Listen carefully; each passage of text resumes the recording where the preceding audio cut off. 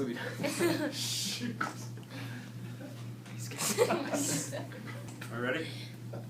Nice watch, Brendan. Okay. Thank you for joining us today at the annual Vinton Schellsberg Entrepreneurship Seminar. We are going to discuss one of the most influential people of our time. This person has changed the way that consumers use technology.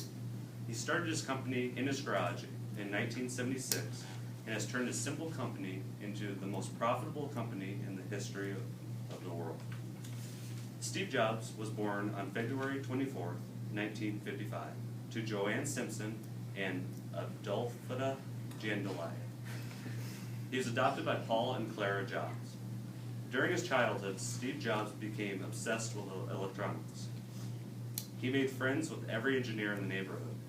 And at the age of 21, Steve Jobs started the company that we know today as Apple.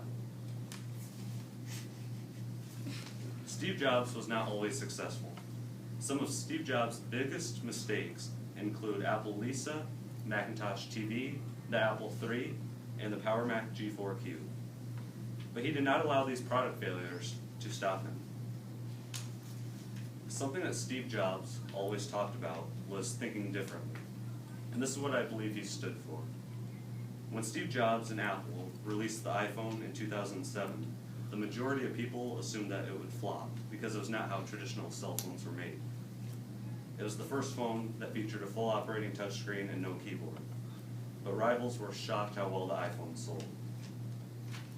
And Steve Jobs' accomplishments in technology have large effects today. The competition created from the introduction of iPod, iPhone, iPad have revolutionized the way consumers use technology. And Steve Jobs' influence on technology is obvious, but his philanthropy has gone almost unrecognized. Steve Jobs donated large amounts of money to a variety of charities. In the case of technology and philanthropy, Steve Jobs had a large influence on society. It is believed that Steve Jobs' greatest accomplishment was returning as Apple's CEO in 1996. Apple was almost finished before Steve Jobs returned to Apple to release the iMac. It quickly became the fastest selling personal computer ever made, and it immediately resulted in profits for Apple.